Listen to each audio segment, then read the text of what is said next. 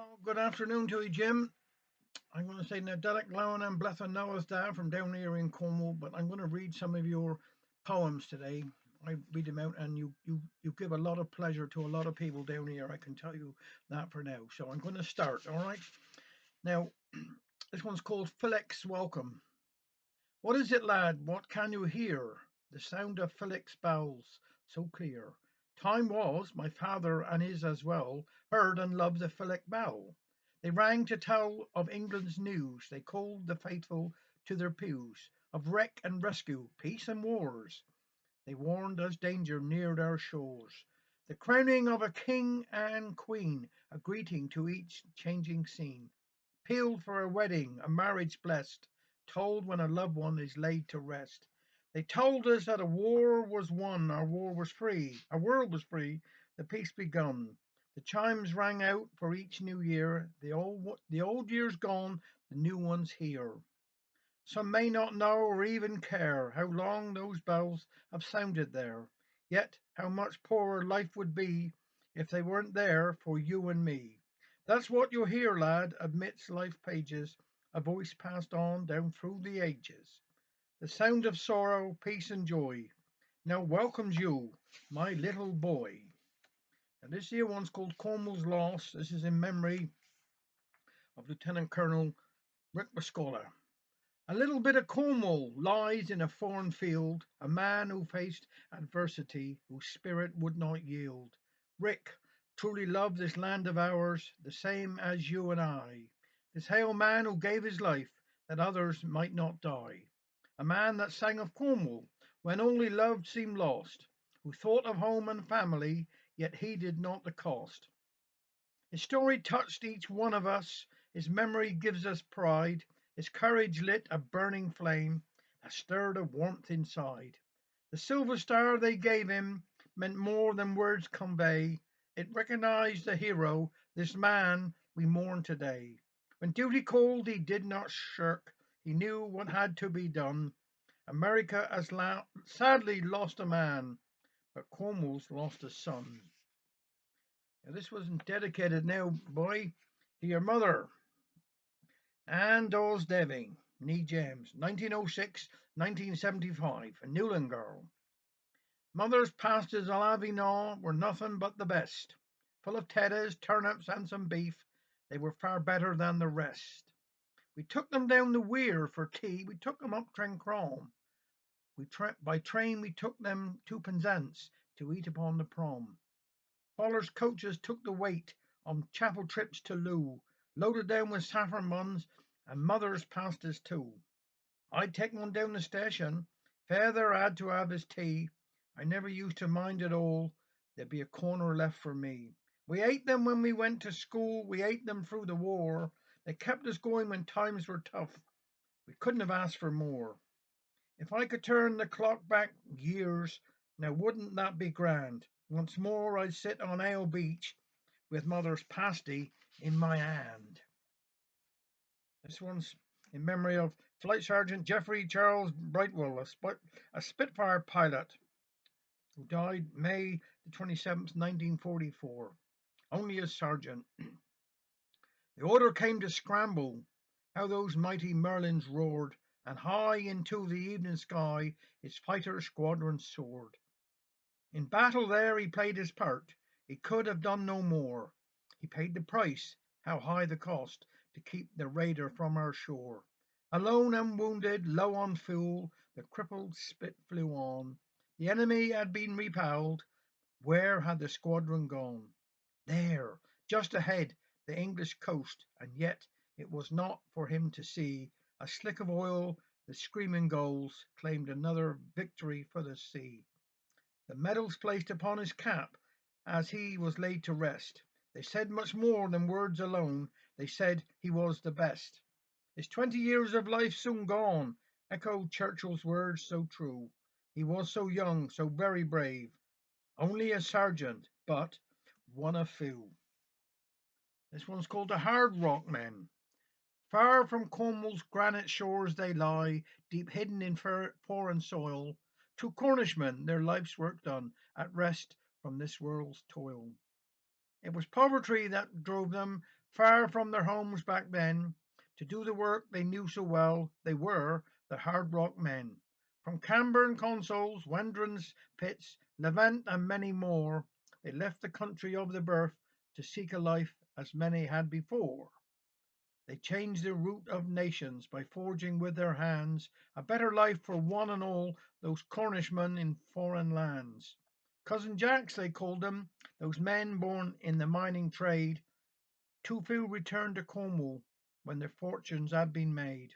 My cousin will be coming soon. How often spoken these words of hope give reassurance to a captain that a miner's cousin Jack could cope.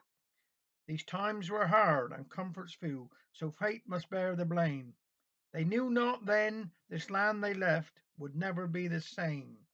Each one had a dream that one day he would return across the foam, go back to the land that gave him life, the only place he'd call home. And yet it may be said these men live on, a witness to those bygone days. Cornish communities flourish still there where they came and brought their ways. The bond that held these men together no stranger could understand. Not English, British, perhaps, but Cornish, those mining men from this western land. This is in Sidney Davey of the Duke of Cornwall's Light Infantry, 16 years of age. The fields of France. Bleached white stones lying on a foreign hill, a scene of peace, a scene so still. Yet this was not as it always been. Here men fought and died, a tragic scene. For this was where a war was waged, this where war the battle raged. Their cannons roared and took their spoil, men fell upon this foreign soil. Before their time, so young to die, a generation fell. Boys into men, they came to fight into a living hell. They had no time to say goodbye. They came, their colours flying high. They came with courage and with pride. They marched together side by side. They came when there had been a need. They came that others might be freed. To right a wrong, they had to try. Did they ever know the reason why? Tommy and George, Bill and Jack. Don't worry, Mum, we'll soon be back.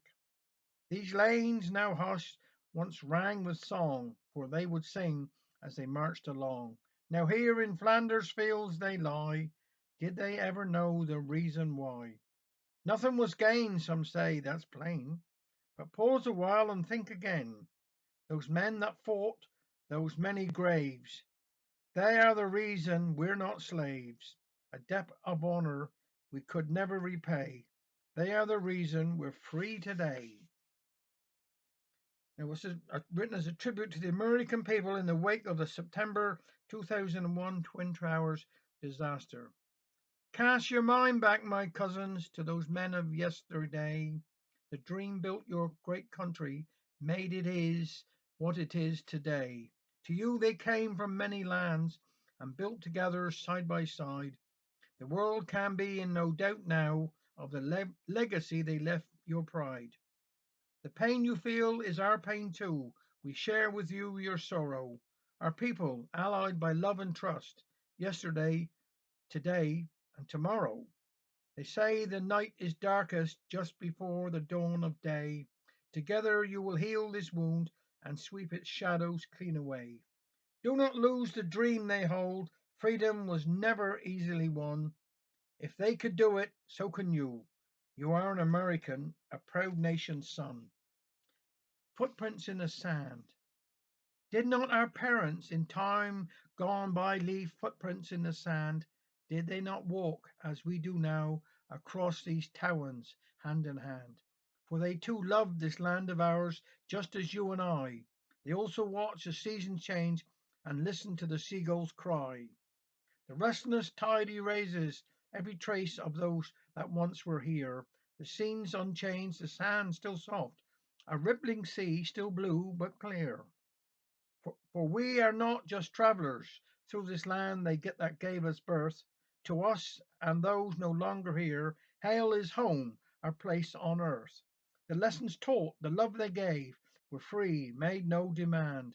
The memories they left will never fade unlike those footprints in the sand. The seabirds rest, the rabbits hide, a setting sun lights Trencrom Hill. The crimson sky now beckons night with air that's somehow soft and still. Time now at last to turn for home, walk on through Phyllis leafy hollow, near those we loved and who loved us. They led where we now follow. Sometimes we fail them as we travel on, yet they would understand.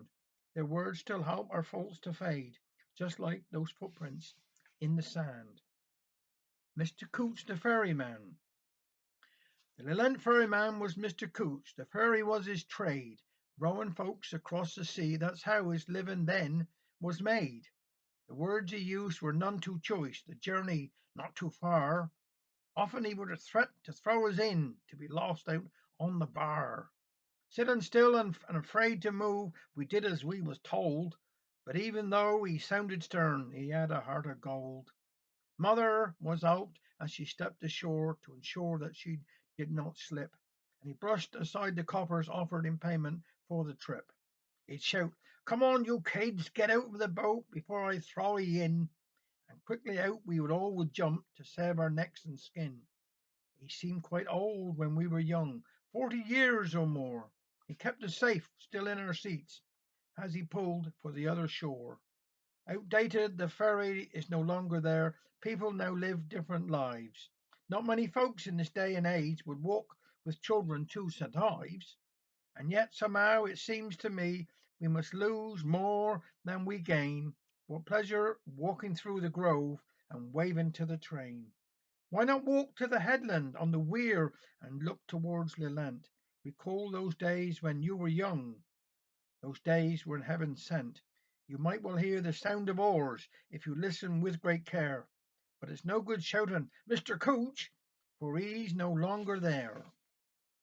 This one is in memory of Richard James RNVR of Pemple Terrace, Ship's Company. They are fewer now and less each year, those men who kept our sea lanes clear. Proudly they stand whilst others stare on a November's day in the village square. Each one recalling these dark-filled days when as young men they braved the waves. Each sailor fought that we might gain. Thank God their sacrifice was not in vain. 100 medals shine gleaming in the sun, each one proudly worn, each one bravely won. They stand in line with heads held high. Let us never forget the reason why. A young man looked up to his granddad's eye. "What is it, Gramps? What made you cry?" The old man smiled and gripped his hand. "Perhaps one day, son, you'll understand. When danger threatened, we hid our fears. Our country called, no time for tears. To defend our island at whatever cost. They gave their all, those friends I lost. For those, there was no well-marked grave, but it was for us the lives they gave. They played their part and fought the sea. They fought and won. That's why we're free." Now this one is, "It's not too far to Newland. It's not too far to Newland, to the sheltered arbor wall, and those women they left there waiting when they heard the distress call. A storm had rained throughout the day before the signal came. Almost expected when it did, a schooner was to blame.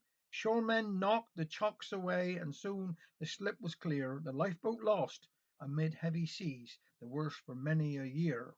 They fought against the wind and waves, and blinded by the rain, each crewman prayed to God above to guide them home again.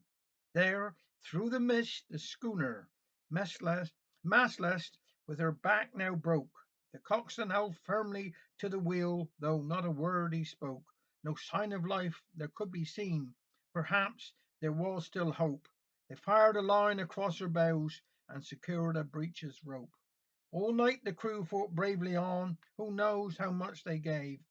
They brought aboard some souls, saved from a watery grave. At last the harbour came in sight, the church tower there at Pole. It's not too far to Newland now, and that sheltered harbour wall." This here one is called Compo. Compo, they called him, an actor, a man of many parts. Through our TV screens, this man, this compo, came right into our hearts. He never won his life's desire. No, Nora would not relent, though he never gave up trying. To win her love was his intent. Whatever will Clegg and Foggy do now? How will they fill the space? Who could wear his wellies, and who could take his place? Home first, his chosen resting place, a town he held as his treasure. We now give thanks for the life he lived, and thank him for the pleasure. Bill Owen, MBE, an award for helping others. For a man who told the line, what better epitaph could he receive than Compo, last of the summer wine? This one's called the tea treat bun. Why do you call it a tea treat bun? I once heard a visitor say. The shop girl smiled as she wrapped it up. It was for a special day. Outside Copperhouse Chapel, once a year, we stood behind the band. Then off we'd march to Hale Beach for games upon the sand. The three-legged race began the sports, and then a tug of war. We ran and jumped and ran again, till we could run no more. The ladies of the sisterhood then prepared our tea treat teas. We had a cup of tea or orange squash and sandwiches of cheese. We formed a circle on the beach and sat together in a ring. The concertina man would play our songs, and you should have heard us singing. When at last the day was over and we all had our fill of fun, each child was given to take home a prize, that special tea treat bun. This one's called the Harbour Shipbuilder. The shipyard at Hale is dead and gone, yet still the work is carried on. Both large and small, complete with gear, ships of the past are still made here. You might well ask, how could that be, when there's no shipyard you can see? But in his workshop and out of sight, a man works on by day and night. The ships he makes are made of art. They stand alone in a class apart. Carvel or clinker, exact to scale, built right here in a house in Hale. A model maker with skills long gone ensures that Hale's past lives on. There's perfection seen in each detail. Cornish built by hand in Hale. Commercial road there you will find this man that time has left behind. A Cornishman with Cornish pride, a man who takes life in his stride. Ken Williams, shipwright, a man of skill, born and bred up Copperhouse Hill. Those ships he creates are built to last, reminders in miniatures of Hale's great past. This one's a tinner's dream. No bell maidens or tinners here stand waiting for their pay. The workins now are lying still, the creeping ivy gets his way. Where are the Jacks and Jennas who brought this mine to life? Are the knockers and the little men still deep down causing strife? Men and maids would gather here with pasties for their crouse. Captain used to light the lamps up in the counting house. Sometimes when the night is still, you can hear the jennies whine. But look, the stacks is stark and still. It's almost like a shrine. The Americas have claimed our sons to mine their precious tin, yet Cornish soil is still as rich, with stocks held deep within. The engine house is quiet and still, it has run out of steam. No smoke is rising from the stack, no red runs in the stream. What's happened to the engineers, Trevithick, Davey, and Watt? Don't they know they're needed here? There's copper to be got. They have not gone away, you know, though they no longer toil. Just like their tin and copper loads, they lie hidden in Cornish soil. With the rising of the sun, those haunting shadows fade. Gone is our old way of living, gone is our old way of trade. Perhaps one day the smoke will rise, the bells again will yield. Perhaps one day a cousin Jack will work this moorland field. Could it be one day we will return to those days, old days once more, and this old knack bell will live again, just as it did before? I can see the wheels start turning, I can hear the mighty beam.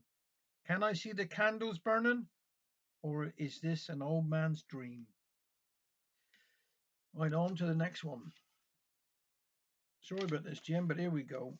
A cream tea. Set on the lizard is Eglos Farm. A signpost points the way. The place to try a fresh cream tea if you go driving out one day. Some say there is none better. No doubt you'll soon agree. A taste of Cornwall, as it was, is an Eglos Farm cream tea. Now, Sue's not prone to say a lot, so what's not put her to the test? And you will find, as others have, her cream teas are the best.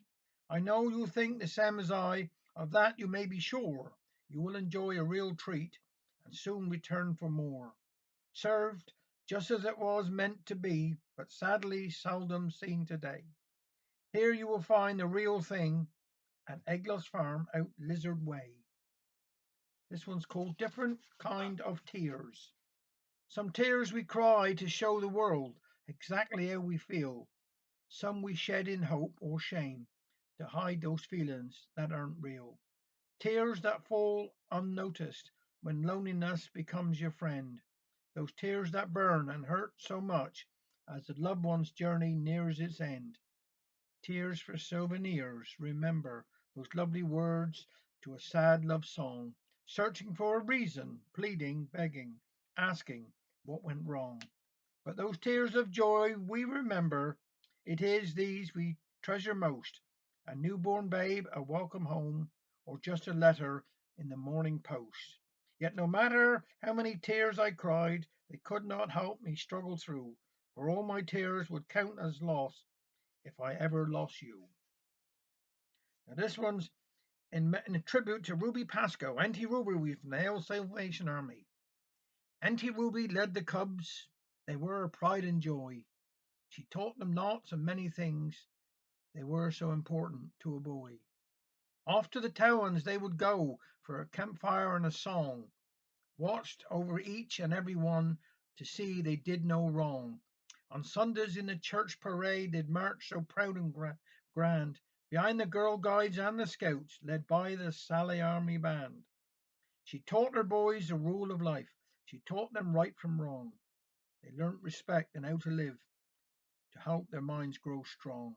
Now she is gone, but not forgotten. Time moves on, and older we must get. We remember still the lessons learnt. Her cubs will not forget. If we could turn back the passing years and see our lives displayed, again to hear the band, to see the flags, and Ruby's cubs there on parade. This one's uh, as a tribute to Eddie and Chris of the Coleman Hill Sanctuary, Animal Sanctuary. I feel so proud when they took me home. They said my name was Ben. They gave me bones and lots of love, but life was better then. I went for walks and shook a paw. I had a collar and a lead. My bed was warm next to the fire, for nothing did I need. The walks got less as time went on. They locked me in the shed. I had no pats, no fun, no games, but I got smacked instead. And came the day they threw me out. The streets were wet and cold. They never said what I'd done wrong.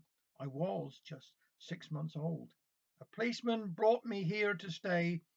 They call it Coleman Hill. I've heard they'll find me a new home, but I hope they never will.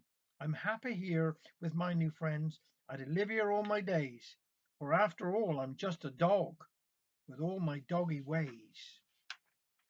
Now, this one's called Dino. My name is Dino and I'm 6 years old. I'm a bay mare, or so I am told. I live in a stable and that is just great. My owner is lovely and her name is Kate. They tell me she works at the old PAC and there's no room there for horses like me. One day I was naughty, but then I don't care. I trotted off home to see who was there. I went to a show with Katie one day and I jumped all the fences they put in my way.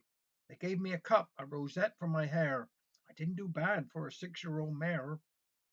It wasn't too tiring, I could have done more, but Katie complained that her rear end was sore.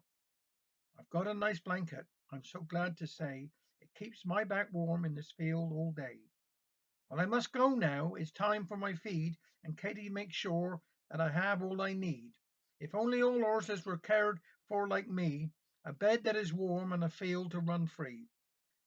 My father was Dee Dee, God bless his old heart. Spent most of his life just pulling a cart. So I am lucky to be here, looking over this gate. I'm waiting for dinner. I'm waiting for Kate. She brushes my coat. Just look at it shine. I'm so glad I'm hers and that Katie is mine. This one's called Florida. Come along with me to Helston on this 8th of May. Can't you hear the music playing? For today is Flora Day.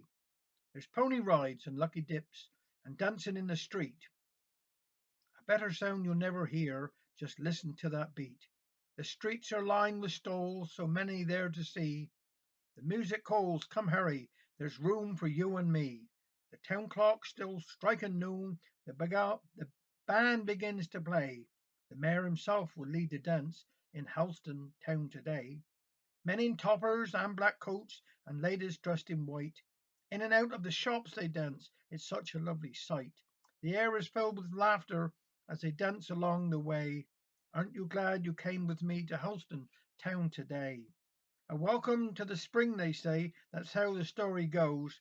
Could it be they've made that up and no one really knows? But no matter what the reason, there's music everywhere. Both young and old are full of fun, and no one has a care. But spare a thought for Cornishmen, wherever they may roam. Perhaps they live in other lands. Perhaps they could be home. And never could be home.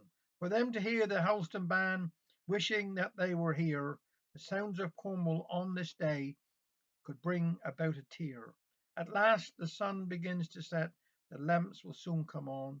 The town's so quiet and somehow sad, the revellers have gone. Now we must go, it's getting late. We've had a day of cheer. Just promise me, as I will you, you'll come again next year. This one's called Foundry Square. An old man sits alone in Foundry Square. He wonders just how long will it be there. With all this talk that's going on, the square he knew will soon be gone. Doesn't seem matter that. There was where the old man sat, in bowler hats with their pipes alight. Here they sat and put the world to right. His mind go back to the Great War. He can see his pals there, years before. On parade in the square, that fateful day, to songs and cheers they marched away. The square deserted, once they had gone, still echoed with their parting song. A sergeant then so tall, his voice so loud, an old man now so bent, still proud. They fought in France and did their share. Too few returned to Foundry Square. A tear now dimmed the old man's eye. He remembers his friends as time gone by. And yet he smiled as he got up to leave. The things they'd say he can't believe. That this will do this or that and more, perhaps. But then he's heard it all before. This one's called Life Before the Telly. What is this thing that rules our lives and turns us into jelly? No time to read or write or talk. We'd rather watch a telly. We sit and watch for hours each day until our eyes get sore. We watch repeats. I don't know why. We've seen them all before. What would we do if the telly failed and we had to start and think instead of watching neighbours when one's afraid to blink? What time we waste, what harm we do, just sitting there all day. How much fitter the kids would be if they just went out to play. Well, that's that. I've said my piece. I've aired my thoughts and views. So just keep still or go upstairs. I want to watch the news. This is James Davey, Grandad. Now we go on now about the ISIS. This is about Edwin Tabascus and ISIS from 1866 to 1887, and it saved 49 lives, this boat, and the men, of course. The night was dark, the storm was high, thick cloud covered the moonless sky. A ship in danger, no time to lose, no time to falter or pick and choose. Those 10 men raced to man their boat. The lifeboat Isis was soon afloat. Out over the bar, and she was clear. Her crew fought on and hid their fear. Through the storm she struggled on. Too soon the sight of land was gone. At last a gleam of light was seen. Yes, there she lay, a brigantine. Her mast now gone. She'd met her fate. Could it be there were too late? Look, there was life. Make fast a line. Thanks be to God, they were in time. The crew now safe she pulled for home, so small amidst that raging foam. Those waiting, staring through the spray, some stood in silence, some knelt to pray. She's off, Cadreevy, a watcher cried, and fear-filled faces now changed to pride. Out there in the darkness, just before light, those men gave thanks for their lives that night. For 21 years the ISIS served, a place in history so well deserved. Edwin Trebascus, first coxswain then, brave leader of those gallant men. With a crew of 10 he led the way, his acts of courage recalled today. If in their life's work they'll do not fail, those men back there were men of hail. This one's called Sophie. Sophie lived next door with Den. She didn't come till she was 10. Her owner had to go away, so there was nowhere she could stay. Marg read the rules, they were quite clear. No more dogs are coming here. But Soph soon won old Margaret's heart, and soon with Soph she could not part. For many years she reigned as queen, enjoying walks on Tettenhall Green. She gave her love as if to say, "Thank you, Den, I'm here to stay." When Soph was ill, the vet was called. He had to do his best. A lot of love, a lot of care, and Sophie did the rest. Alas, poor Sophie had passed away. The green no more she'll roam, but the love she left is still alive in Den and Margaret's home. The Paddler. This is a story of two friends playing in the dock. He'll be drowned, that boy out there, swept out over the bar. As Mr. Kevern should have known, he said, he's gone too far. Untied, the little boat had drifted out, with Aubrey still inside. He paddled with his hands so hard and fought against the tide. As I was wondering what to do when I heard his father shout, "What's he doing in the dock? Whoever pushed him out?" Thinking I might get the blame for deeds I'd done that day, I decided to go off home and keep right out of the way. Nearing the shore across the dock, the little boat sailed on as people gathered on the bank to see what had gone wrong. Then a man who stood nearby offered to use his car. "I'll drive around and pick him up," he said. "It's not so very far." At last our Aubrey arrived home safe, to mother's great relief.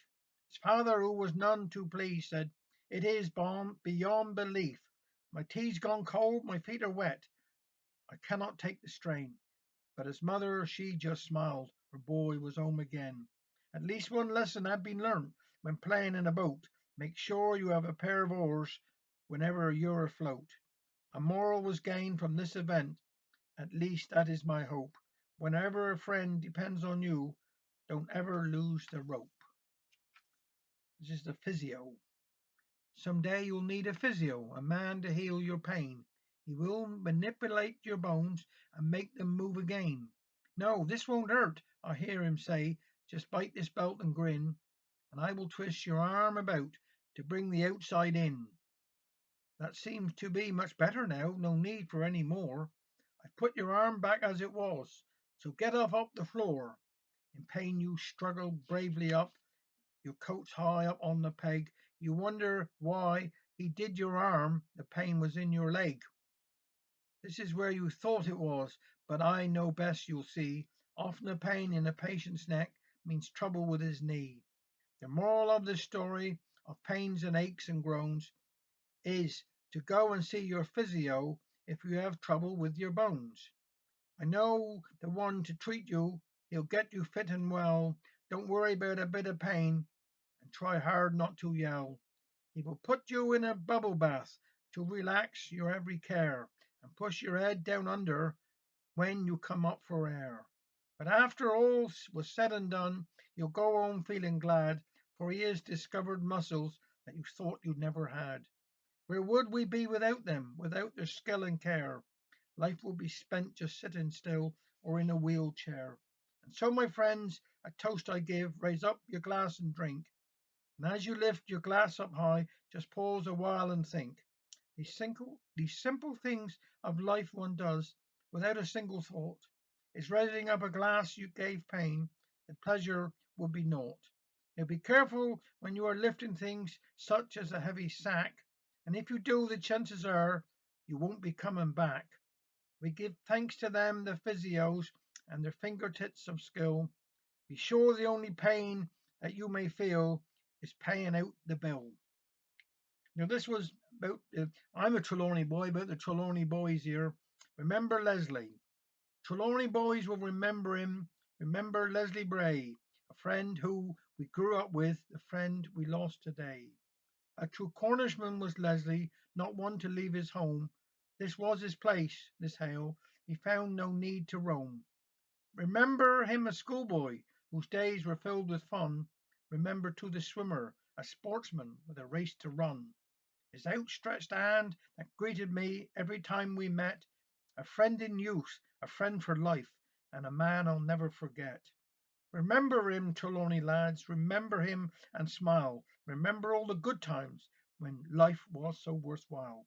Things are so different now, but our memories won't dim.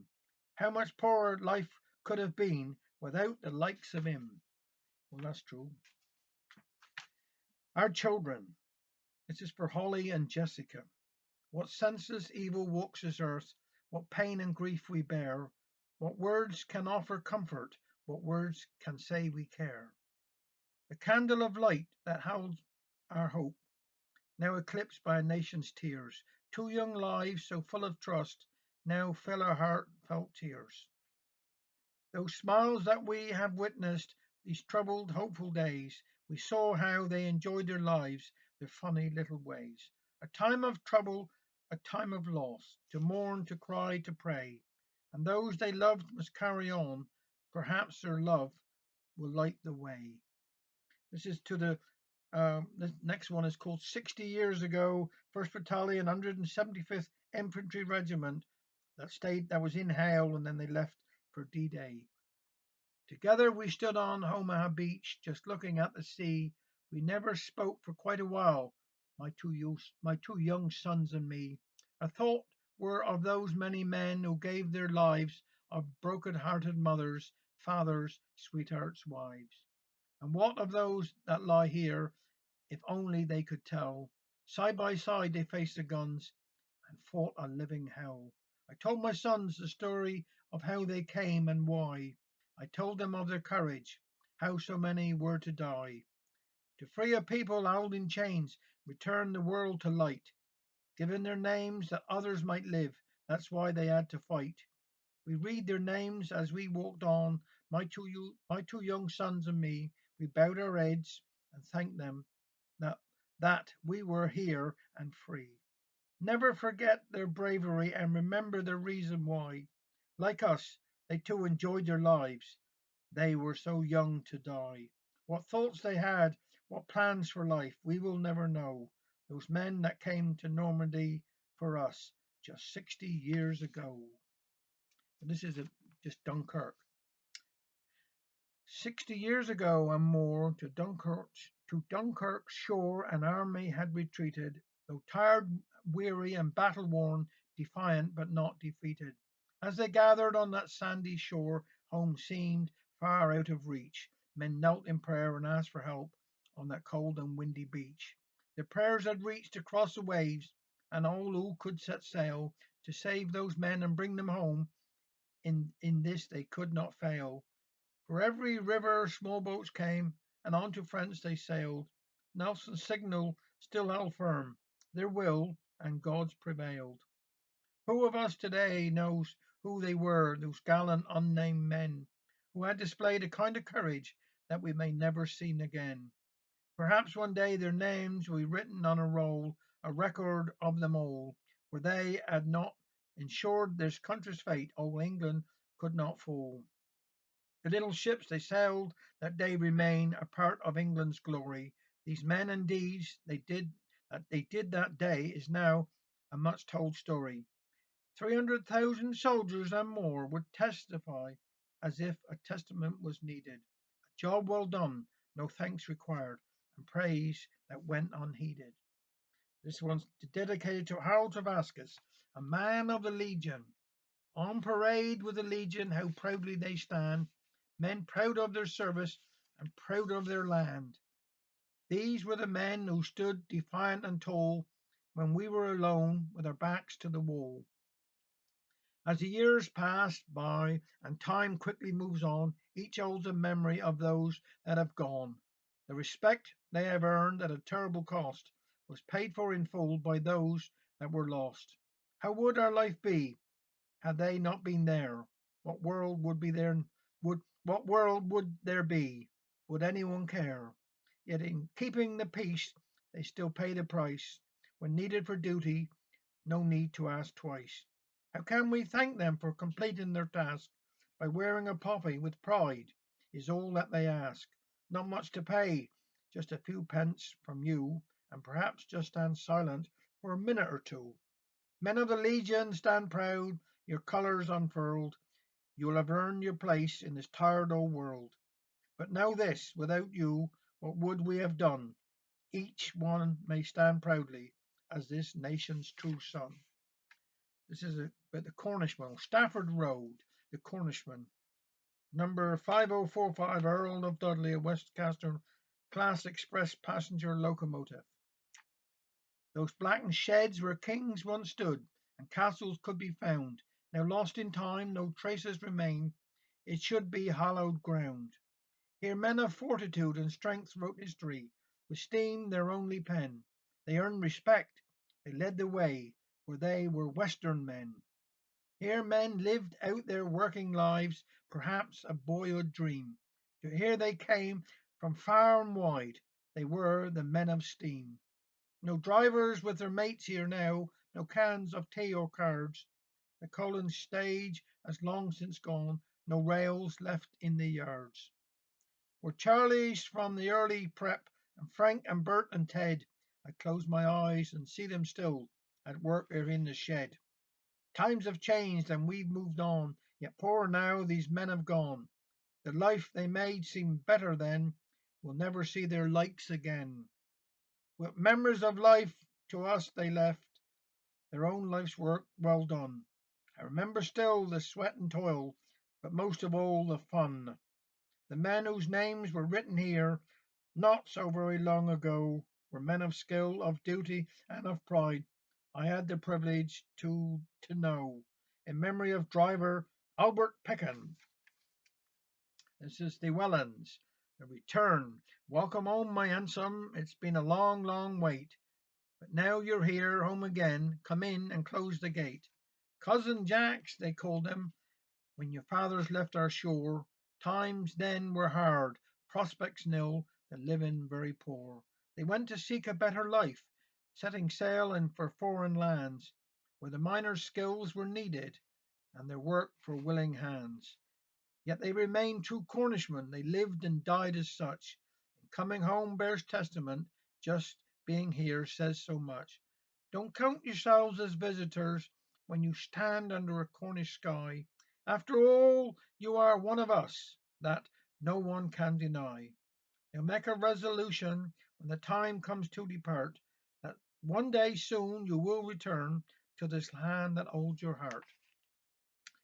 This foot and mouth disease, this pathways of despair, closed, the pathways we know so well, the fields now bare and still, invisible, obnoxious, this plague that roams our land at will. When price paid for a lifetime's work, when all you've gained is lost, what of the care and love required, that hidden, uncounted cost? Science will scourge this stricken land and dull the pain. Our farm will, like a phoenix, rise and start their lives again. They say that the night is darkest just before the break of day. The dawn that soon will surely come will light their path and show the way. Our prayers and thoughts are with them as our hearts we share the sorrows of our fallen man who trod those pathways of despair. Now this one's just strolling. It's your mum and dad. I wonder if they ever thought that day what memories a picture could convey. It turns back the clock and spans the years, perhaps causing a smile or summering tears. Enjoy the sunshine as they strolled along, just like the words of that lovely song. Just strolling together, a moment in time, caught in a second, now captured in rhyme. Mother and father, more precious than gold, remain close in our hearts. as we too grow old. This one's now called School Days. At Badriggy School we gained our knowledge. 'Twas just a school and not a college. The teachers taught us to read and write, and done their best to put us right. We learnt to spell and draw and sing. In fact, we learnt most everything. The girls would cook and learn to sew. We dug the ground to make things grow. They said that we should speak correctly. Some day I will, not yet, but directly. If I'd listened to what they had to say, I could have helped them along the way. I have read me books and learnt the score. I suppose I could have learnt much more. Now too late for me, I'm sad to tell, so I teach the grandkids how to spell. We boys, when all was said and done, thought school was a bit of fun. We used to sit and watch the clock, waiting to go swimming in the dock. But still, they were the happy days. Of that I have no doubt. Perhaps not so much going to school, but more like coming out. So there we are. This is I hope, Jim, that this was all right for you, and you can do something with it. Okay, just say have a Merry Christmas and hope to speak to you again. All right, take care.